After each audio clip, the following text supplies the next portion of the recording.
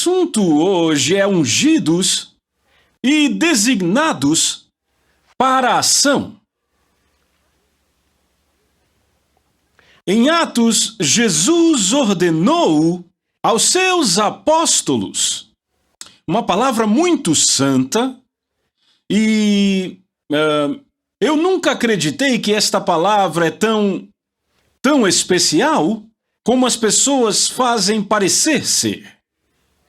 Jesus parecia ter uma ideia ao chamá-los. Bem, é muito simples para mim. A Bíblia nos diz que ele tinha muitos discípulos. Primeiro 12, depois outros, eram muitos discípulos. Multidões de discípulos. E um dia, ele selecionou 12 deles, a quem ele também chamou apóstolos. Então, estas eram 12 pessoas que o haviam seguido e aprendido com ele, e ouviram seus ensinos, observaram ele ministrando, e estavam absorvendo os seus ensinos. Jesus estava querendo fazer seguidores entre todo o povo. E para fazer mais discípulos, ele então selecionou 12, a quem ele também passou a chamar de apóstolos, simplesmente querendo dizer, em essência, vocês 12 estiveram muito comigo, vocês ouviram meus ensinos, vocês me viram ministrando, vocês me ouviram interpretando as Escrituras, vocês andaram comigo, nós fomos íntimos, compartilhando uns com os outros, e eu compartilhando com vocês. Agora, eu quero enviar vocês para fazerem mais discípulos. Era isso que ele queria dizer. Vocês ficaram comigo por um tempo, daí vocês aprenderam, agora vão dar. Agora veja, sabe, por causa dos pais da igreja antiga, que pegaram essa tarefa do apostolado e de fato a ampliaram de uma forma fora de medida, fora das fronteiras que deveriam, e daí eles começaram a fazer bispos e todo tipo de pais da igreja, como vieram a ser conhecidos. Por causa de tudo isso, isto chegou a nós. Estas ideias muito, eu diria, estranhas sobre o progresso do crescimento cristão e hoje, à medida que o povo cresce, recebem mais autoridade, títulos maiores, e aí começam a ter consciência da autoridade, e aí começam a mandar ao invés de liderar, até que hoje, em certos movimentos carismáticos contemporâneos, nós desenvolvemos o que eu chamo de autoridade-fobia. E nós quase acabamos como que com senhores e peões, governantes e seus súditos. E esta nunca foi a intenção do nosso Senhor. Ele é Senhor e Mestre. Existe apenas um pastor e bispo das nossas almas. O seu nome é Jesus Cristo e ele conquistou este título por entregar a sua vida e derramar o seu sangue pelas ovelhas. Ele é Senhor. Não existem outros senhores. Nós, que chamamos a nós mesmos pastores, faremos bem se nos considerarmos pastores debaixo do grande pastor.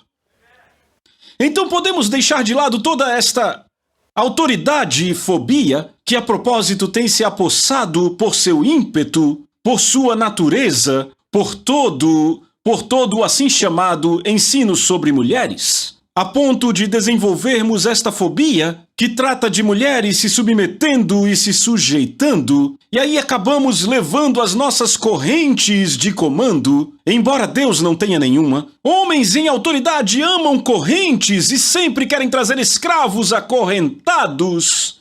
E aí eles têm suas correntes de autoridade, Mas nós não precisamos dessa fobia de correntes nem de autoridade. Também não precisamos de uma jurisdição sobre pessoas, mas sim precisamos aprender o senhorio de Jesus Cristo, que pagou por nós numa cruz cruel, e crermos nele.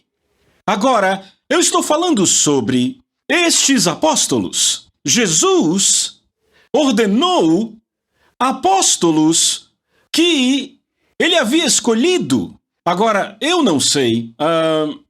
Sabe, podemos ficar muito detalhistas nisto aqui e acabarmos perdendo muita coisa boa desse assunto se a gente ficar enrolado nisso, mas podemos quase imaginar. Veja, se fôssemos listar apenas 12, e talvez seja daí que algumas igrejas tiram a ideia que quando os 12 apóstolos morreram, o tempo dos milagres passou, porque aqui diz que ele ordenou os apóstolos a quem ele deu comandos. Notaram isto?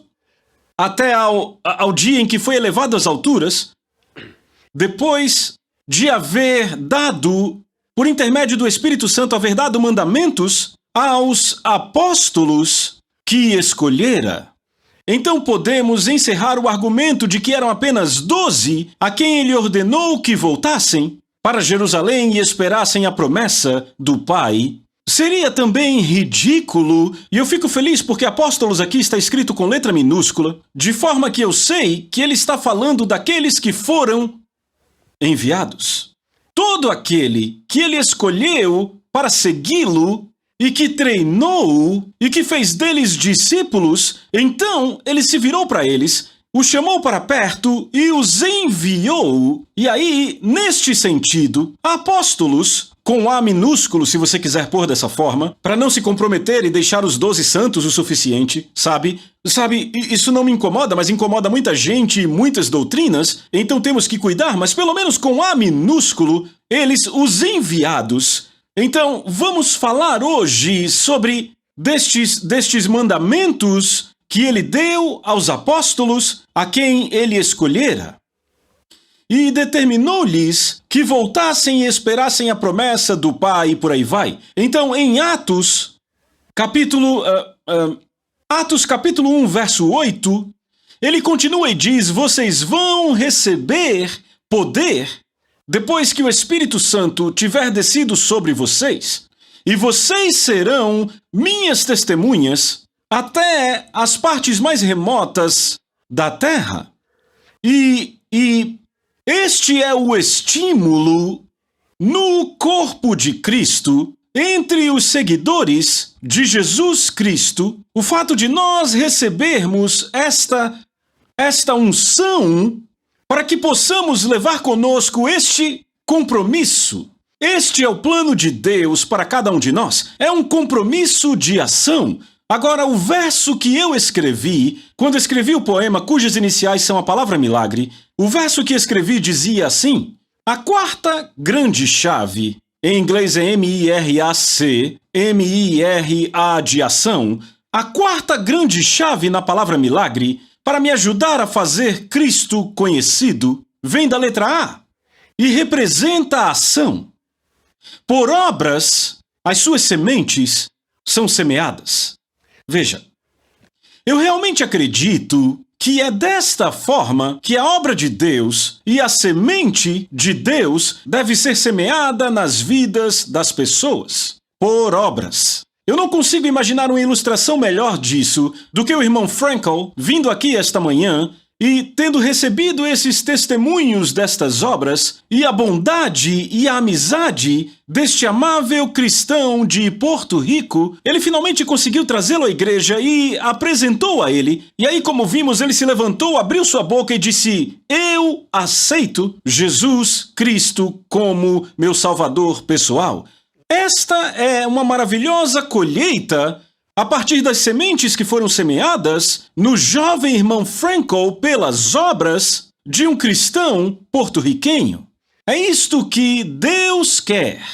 As pessoas aqui do Centro Internacional do Evangelho se apegando ao poder da palavra de Deus em um testemunho de um cristão que conhece Jesus e fala com fé, e ama e age com fé e amor, e realiza obras de fé e amor. Se nós pudermos descobrir o poder existente em nossa palavra de testemunho e em nossas obras de amor, descobriremos que isto pode mudar o mundo.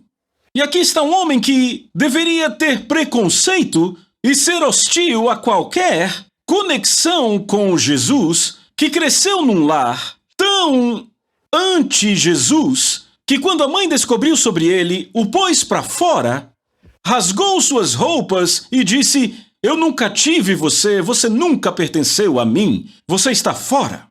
Fora daquela casa, para entrar numa atmosfera cristã e se levantar e dizer: eu aceito Jesus. E ele disse que aquilo fez se sentir tão maravilhosamente bem, atônito no começo. Quando ele se sentou no metrô, ele disse que a percepção daquilo começou a me acertar.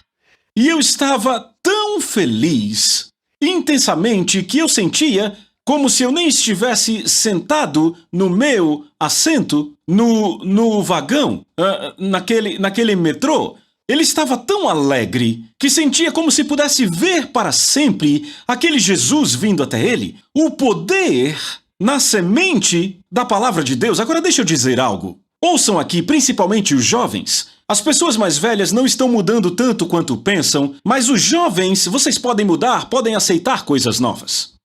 Na igreja antiga, sabe, falamos muito sobre pregar. Eu me levanto e prego, e expando, e explodo, sabe? Eu fico bem inflado, e elevo a minha voz, até ela ficar esganiçada, e eu não sei porquê, mas eu aprendi assim, e faço sempre isso, aí tento me acalmar, aí estou dando aula, e aí me empolgo e já estou gritando de novo, e nós chamamos isso de pregação. Bem, há muitos questionamentos se isso é realmente uma pregação ou não. Pode só ser ar quente. Pode ser apenas vapor. Sabe, uma locomotiva faz muito barulho. E pode ser que é só isso que estamos fazendo. E aí temos toda uma geração de pessoas que elas não se consideram chamadas para pregar e não é de se espantar. Elas não querem ficar berrando diante de uma audiência. Talvez não queiram se levantar e ficar fazendo tanto barulho, estardalhaço, ficar gritando por aí. Elas só querem dizer o que têm a dizer sobre Jesus e deixar fazer efeito. Talvez esta seja a melhor pregação em todo o mundo.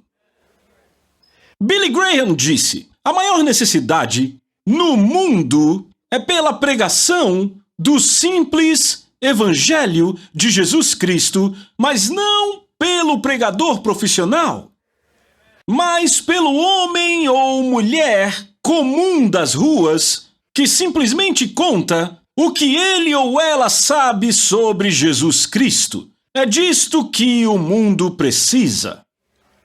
Pode ser que cheguemos a um tempo, talvez tivéssemos que gritar assim antes de terem esses grandes alto-falantes. E passamos isso adiante, sabe, como a família que sempre corta o rabo do peixe e se perguntam por quê. Ninguém sabe. Aí perguntam a mamãe, ela não sabe. Mamãe não sabe, ela diz: ah, não sei, eu sempre vi a avó de vocês fazendo isso. A vovó ainda está viva, vão perguntar por quê. Ou ela diz: querido, a panela era muito pequena. Sabe? Pessoas gritam e chamam isso de pregação. Sim, tinham que gritar quando não havia alto-falantes, mas olhe para mim. Com ou sem falantes vocês me ouviriam. Porque eu aprendi com os gritadores. Não significa que eles são os pregadores. Eu quero pregar, quero testemunhar, quero ajudar pessoas. Eu quero contar ao mundo sobre Jesus, mas não quero cuspir na cara delas. Por isso que há uma distância. Você não sabia que é por isso que os púlpitos ficam assim distantes das pessoas? Eu tenho misericórdia das pessoas. Do que é que eu estou falando? Eu estou falando de unção Unção. Eu estou falando de ser ungido e ser designado para a ação. Eu acredito nisto. Jesus, ouçam jovens. Eu me fiz entender ou estou falando complicado aqui? Eu estou dizendo Não, eu lembro que eu parei no meio da fala. Os jovens cristãos, os jovens crentes, na igreja antiga, nos primeiros dias do cristianismo, os jovens judeus, a maioria deles, eram como o irmão Frankel aqui, os jovens judeus, as pessoas que aceitaram este Jesus como seu Messias, se tornaram, sem dúvida, alguns dos maiores comunicadores da mensagem de Jesus que já houve no mundo. O que eles fizeram? Este é o ponto. Como foi que eles mudaram o mundo deles? Eles não tinham belos púlpitos de vidro, alto-falantes ou gritavam até explodir. Eles contavam o que sabiam sobre Jesus. Jesus nunca enviou pregadores por todo o mundo. Jesus nunca disse: vocês receberão poder e serão um forte e barulhento pregador.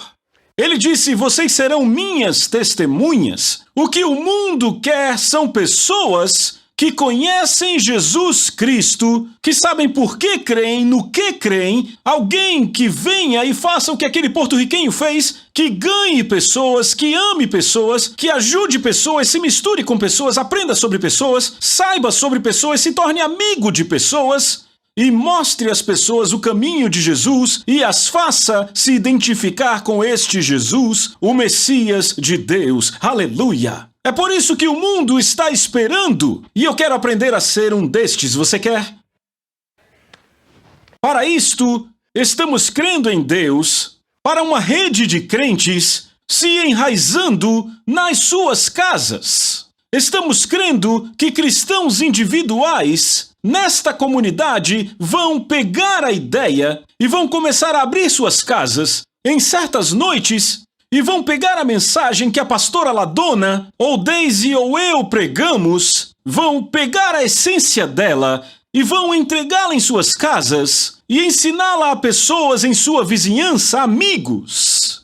Queremos que elas sejam amigas suas, pessoas com quem você fez amizade e que você quer convidar para sua casa, para uma xícara de chá, ou uma xícara de café, ou um lanche, algo assim, e fale para elas sobre Jesus Cristo. O mundo está esperando por esse tipo de atividade e eu quero ser um desses, você quer? Que Deus nos ajude a pegar isso, jovens. Os pregadores da igreja antiga, do cristianismo antigo, eu diria, eram as pessoas que conheciam Jesus e saíram falando sobre Jesus para outras pessoas. Propósito, se você quer um propósito para 1989, determine isso. Eu vou ser um indivíduo que vai aprender a comunicar o que eu sei sobre Jesus Cristo. Comece refletindo sobre a sua vida e decidindo pensar, refletir, trazer quais foram os eventos maravilhosos que você experimentou com Jesus. Quando você o conheceu, o que ele fez a você? O que aconteceu em sua vida que é bom o suficiente para compartilhar com alguém, de forma que não vai só ajudar outra pessoa, mas vai ajudar você a marcar os pontos, os lugares, os momentos e as experiências nas quais você veio a saber que Jesus é real. Você já pensou que, muita gente tenta começar igrejas, tentam conseguir permissões e em muitos países você não pode comprar um prédio para pregar o evangelho, não pode alugar um prédio para pregar o evangelho, e se for fazer não pode acender as luzes, não permitem que você tenha um alto-falante, não permitem que você divulgue ou convide ninguém. Mas na América, você já pensou que o lugar onde você vive, o aluguel, vai ser pago de qualquer maneira? Ou a casa, as prestações serão pagas de qualquer forma? Você está no controle do seu lar. E o seu lar é um santuário, é um domínio. Graças a Deus, o governo dos Estados Unidos protege e respeita Seria o mesmo que viver num país em que o governo não respeita se não usarmos a nossa propriedade para aquilo em que cremos. Nosso lar é um domínio onde nós somos os chefes. O aluguel é pago, a conta de energia será paga de qualquer jeito, a conta de gás será paga de qualquer forma. O seu lar é um domínio, uma propriedade, com um piso, provavelmente um tapete, provavelmente cortinas, provavelmente um teto. Na maior parte do mundo eles nem têm metade disso. Podem ter só um chão sujo, sem cortinas, sem janela, até sem teto. Mas no seu lar, não me importa onde você mora, já está muito bom. Para os padrões do mundo, não é de espantar que a maior parte do mundo pense que somos ricos, mas o seu lar é um domínio onde Jesus é Senhor.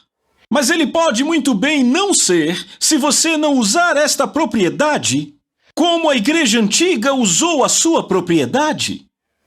Se não usamos, como nos referiremos àqueles que, se usassem para isto, a polícia era chamada, eles entrariam, os prenderiam, os jogariam na prisão, na cova dos leões, estariam acabados porque você está usando sua casa para falar sobre Jesus? Poderíamos muito bem viver nesse tipo de sociedade. Se não usarmos a nossa, para que servem as estrelas e as listras? A liberdade da América, para que serve a liberdade? Para que serve nossa propriedade? Para ficarmos nela? Sermos egoístas, termos tudo para nós mesmos? Não. É para usarmos para a obra de Deus, se cremos na palavra de Deus. Agora eu vou voltar ao meu ponto.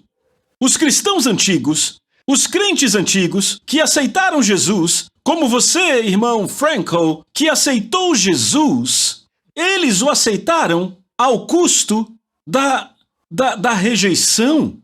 Veja aqui, em nosso tempo estamos falando de um judeu. Os parentes de origem ortodoxa o puseram para fora. Você, jovem, foi posto para fora quando aceitou a Cristo?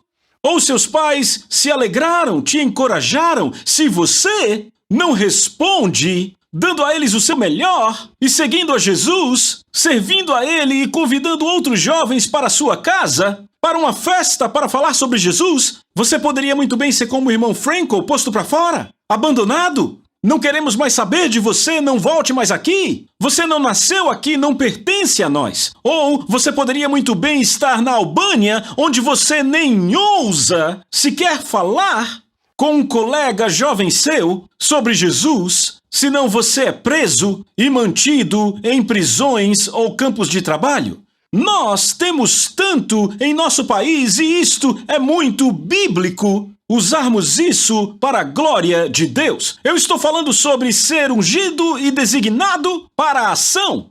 Não podemos viver de louros, vamos morrer na vinha. O cristianismo tem que estar nas ações. Se não for compartilhado, ele vai secar na vinha. E você vai poder vir até aqui se sentar e bocejar enquanto a reunião ocorre. Não queremos isso, não queremos ter isso, mas vamos morrer na vinha se não levarmos o nosso cristianismo àqueles que não sabem nada sobre isso. Deus está nos chamando, através de mim, um dos seus pastores, no começo deste ano novo, para você fazer uma resolução de que você vai levar aquilo que é seu, vai levar a si mesmo, e o que é seu, o que você possui, aquilo sobre o que você tem controle, vai colocar à disposição de Jesus Cristo como seu Senhor, porque você crê nele o suficiente e você quer que outras pessoas também creiam. Você crê nisso? Você aceita isso? Aleluia, eu sei que você aceita isso. Deus quer que isso aconteça. Outra coisa que Deus quer que aconteça, Deus quer que o ministério de oração dessa igreja floresça. Deus quer que as pessoas dessa igreja aprendam a orar de novo. Não existe poder sem oração. A oração é a chave. A oração é a avenida. Eu não consigo explicar o suficiente agora. Eu não tenho tempo para ensinar sobre isso agora, mas eu sei bem que nada além disso, além do tempo de comunhão entre você e Deus, um tempo durante o qual você reflete a bondade dele, e ele tem a chance de ver você e se comunicar com você pessoalmente, você tira tempo com ele, como cantamos uma canção agora há pouco, Deus quer que o ministério de oração desta igreja cresça, ele quer que isso seja parte de todo cristão, como era parte da igreja antiga. Uma hesitação que eu e a pastora Daisy temos sobre ensinar demais sobre oração é porque estamos numa época que tem sido inundada com estranhos ensinos sobre oração e estranhas ideias sobre batalha. Ideias que não levam em conta a vitória de Jesus sobre todos os domínios espirituais. Estão nos ensinando hoje, estão ensinando dentro do molde desta ideia, sem usar estas palavras, mas nós estamos, sabe, esta ideia está subliminarmente projetada a nós, que existem dois poderes em guerra. Um é Deus, um é satânico. E eles são quase idênticos. E eles estão em grande batalha. E se eu e você não nos organizarmos o suficiente, o poder de Satanás será o maior e vai dominar. Então aí juntamos nossa penitência e nossa agonia, e aí ajudamos Deus, pobrezinho de Deus, para vencer sobre esse grande poder que está prestes a engolir tudo se não permanecermos na brecha. Você está me ouvindo? Eu não quero pôr ninguém para baixo, eu não quero desacreditar ninguém, mas eu estou dizendo a você que o conceito está errado. E ele está distorcendo um monte de palavras de Paulo sobre batalha. E olhe que ele fala muito sobre batalha, porque ele viveu numa época do Império Romano, que era um governo que guerreava e em cruzadas e campanhas, e todas as suas atividades eram baseadas em guerra. Sabe, tomar novos territórios, estender o seu domínio, mais e mais. Então todas as analogias dos falantes e filósofos era construída ao redor de guerra, de batalhas e tudo isso. Então Paulo traz várias analogias sobre isso, mas hoje isso está sendo distorcido muito além da proporção, a um ponto tal como a ideia das mulheres quietas sentadas se submetendo a todo macho, porque Paulo estava cuidando de umas coisas loucas sobre alguns rituais pagãos que estavam acontecendo naquela época. Mas muito da teologia hoje vem distorcendo coisas e assustando pessoas. Então, quando estou falando de ministério de oração, não estou falando sobre o ministério de agonizar e de se autopenitenciar e mendigar e implorar através da penitência para fazer Deus se mover. Eu estou falando de comunhão entre Deus e o seu povo.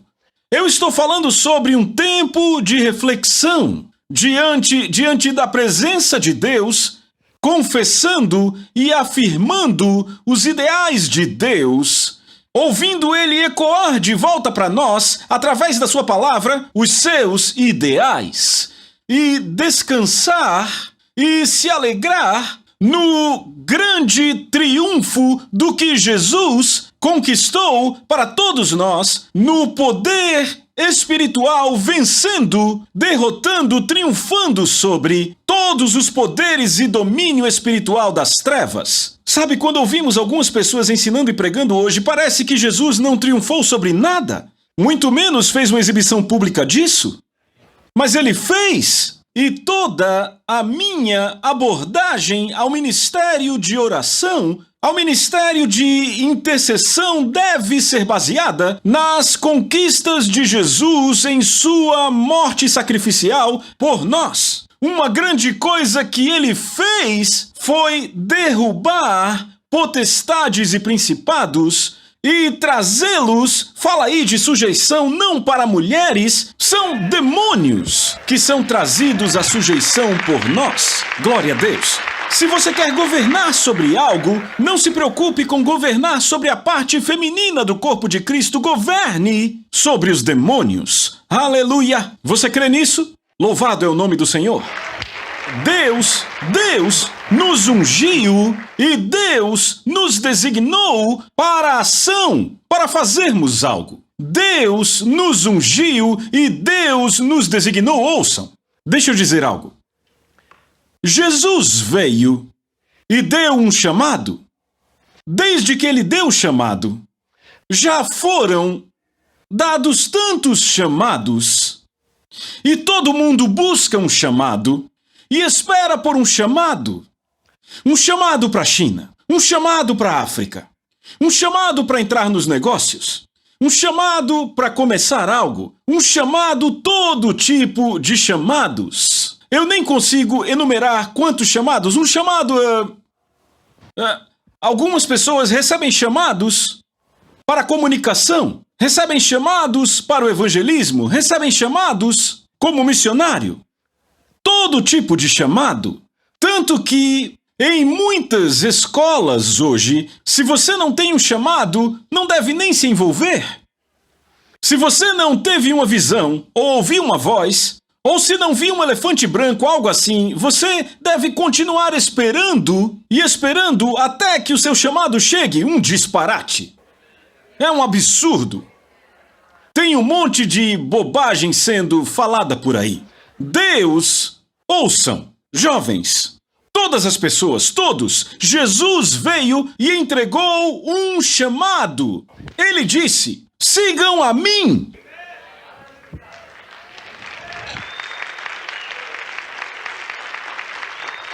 Eu estava numa grande convenção não faz muito tempo, e o líder da convenção era muito profundo e teológico, com frases de efeito, e sério, e monótono, e assustador, e empolado, e tudo que vem junto com isso. E ele veio para mim com esta pergunta profunda. Irmão Osborne, você, sendo o homem de Deus que é, já viajou por todo o mundo. Tem o seu dedo medindo o pulso da humanidade, indo de uma cidade a outra. Nós queremos saber de você o que você vê no futuro, aonde nós iremos a partir daqui. Oh, isso soa importante. Sabe, um monte de gente me faz essa pergunta, ela aparece o tempo inteiro, eu tenho certeza que ainda vão me perguntar isso. Daqui para onde vamos? Então, vocês me conhecem. Quando eu preguei, eu respondi a ele. E claro, eu não dei a minha opinião sobre a pergunta em si. Ele perguntou em público. Eu achei que ele perceberia pela minha expressão. Mas eu disse, o líder aqui me perguntou para onde vamos daqui. Eu já estive por todo o mundo, eu deveria saber. E eu sei, eu disse. É muito simples. Eu tenho a resposta. São boas novas. Nós vamos aonde Jesus vai. E aí ficou um pouco quieto porque não entenderam o que eu queria dizer. Nós vamos aonde Jesus vai, porque o único chamado de Jesus foi sigam-me. Então se você tem que ir para algum lugar, tem que ir para onde ele vai. Agora eu disse, a pergunta de verdade aqui é aonde ele foi. E aí eu peguei eles. E eu disse, a resposta é tão simples quanto. Ele foi para onde havia gente. Ele foi aonde havia pessoas machucadas, necessitadas, doentes, desoladas, esquecidas, abandonadas, perdidas. Para onde vamos daqui? Vamos encontrar alguém, qualquer pessoa, muitas pessoas, talvez uma pessoa só, que está necessitada, como o irmão Frankel, que precisa de ajuda. Nós vamos até elas e indo até elas, Nós estamos agindo segundo o que nos foi designado e é para isso que serve a nossa unção. Nós somos ungidos e fomos designados para a ação de aceitar o chamado dele e ir aonde as pessoas estão, tocar as pessoas e fazer como a igreja antiga fez, dar a elas o seu testemunho. Não se preocupe em ser profundo. Não vá atrás de um livro teológico. Não ache que você tem que ter um esboço. Diga às pessoas o que você sabe sobre Jesus, que seja bom.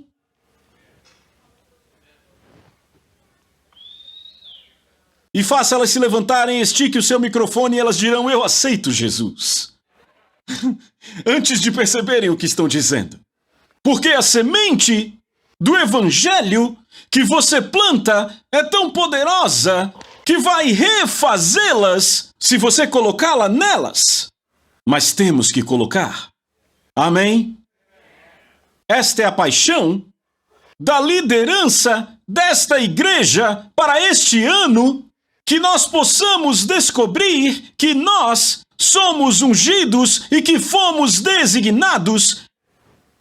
E na minha próxima mensagem eu vou retomar de onde parei e continuar, porque eu tenho que abordar muitas questões vitais sobre as quais preciso tratar. O chamado de Deus está sobre todo homem, mulher, garoto ou garota aqui hoje. Cada um de vocês. Deus é o dono de vocês. Deus criou vocês. Deus acredita em vocês. Deus precisa de vocês. Se você é salvo, o chamado dele é compartilhe, fale, conte, toque, ajude, cure, faça algo. Se você não é salvo, o chamado dele é siga-me. Eu vou te mostrar como de fato ter vida. Aleluia! Vou te mostrar como ter esse tipo de vida que é tão boa que vai passar para qualquer um em quem você toque. E você vai deixar outras pessoas tão felizes quanto você. Outras pessoas serão curadas como eu curei você. Outras pessoas serão exaltadas como eu te exaltei. Outras pessoas serão abençoadas como eu te abençoei. Meus amigos do Centro Internacional do Evangelho, você pode chamar isso de papo evangelístico se quiser, mas este é o fundamento da igreja. Esta foi a forma como a igreja nasceu. A forma como a igreja evangelizou o que se conhecia do mundo. Eles não pararam de ensinar e pregar Jesus Cristo diariamente no templo e em todas as casas. Eles não pararam de ensinar e pregar Jesus Cristo. Aleluia, aleluia. Que o Senhor nos ajude a fazer isto. Glória a Deus, você que está assistindo pelo vídeo, eu quero orar por você antes de desligarmos as câmeras. Em nome de Jesus Cristo, eu quero dizer que o que eu acabei de ministrar é para você e vai salvar a sua vida. Você pode não fazer parte dessa igreja, mas onde quer que você esteja, permita que Jesus tenha acesso livre na sua comunidade. O que ele pode fazer na sua comunidade sem um corpo através do qual ele trabalhe? Ele é espírito, precisa do seu corpo. Ele quer operar através de você. Quando você está lá, ele está lá. Creia nisso, abrace isso, alegre-se com isso, não se assuste com isso. Diga, graças a Deus, eu descobri quem eu sou. Eu sou um cristão cheio de Jesus e apto para ajudar pessoas. E o que quer que você precise, Jesus quer te dar isso nesse momento. Eu oro em nome de Jesus, que o poder dele vai chegar até você, te visitar e confirmar o que eu preguei para você. Em nome de Jesus, a quem Deus ressuscitou dos mortos, se há uma necessidade em sua vida, em nome de Jesus eu oro que esta necessidade é suprida. Agora, neste momento. Se for cura, seja curado agora. E eu oro por isto, para que você possa saber que esta mensagem vem de Deus. Deus quer confirmar a palavra que eu preguei para você hoje. Você é um dos enviados dele. Ele fará o que você está guardando secretamente no seu coração agora, como evidência para você que ele quer te usar, te abençoar, ministrar através de você, servir pessoas através de você. Espere por isso, busque pelo milagre. Receba-o em nome de Jesus.